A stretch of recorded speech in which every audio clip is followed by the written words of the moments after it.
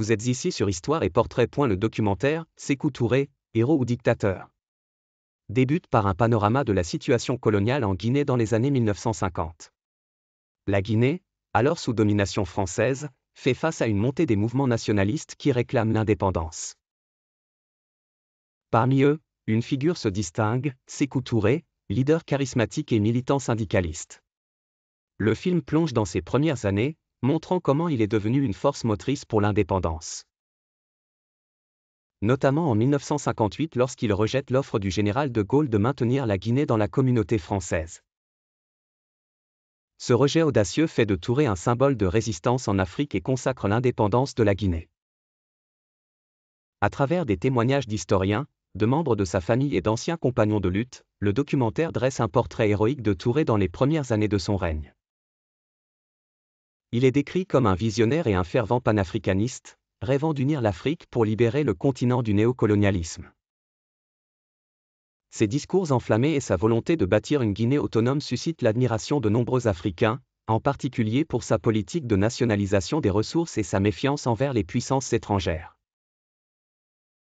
Mais rapidement, le ton du documentaire change. Des témoignages de dissidents politiques, d'exilés et de prisonniers politiques révèlent une autre facette de Sékou Touré. Au fil du temps, son régime devient de plus en plus autoritaire. Il met en place un appareil répressif brutal pour écraser toute forme d'opposition. Le tristement célèbre camp de Boiro est présenté comme l'une des pires prisons de l'histoire guinéenne, où des milliers de personnes, souvent accusées à tort de complot contre l'État, sont emprisonnées, torturées, et parfois exécutées. Les témoignages poignants d'anciens prisonniers et des familles de victimes illustrent cette terreur d'État qui a marqué le régime de Touré. Le documentaire souligne également le climat de suspicion qui règne dans le pays durant les dernières années de sa présidence. Toute critique, même minime, est perçue comme une menace, et la paranoïa de Touré pousse à des purges régulières au sein de son gouvernement et de l'armée. Le récit s'attarde sur l'exécution de Diallo Telli, ancien haut fonctionnaire de l'Organisation de l'Unité africaine, accusé à tort de trahison, comme un exemple frappant de la dérive dictatoriale du régime.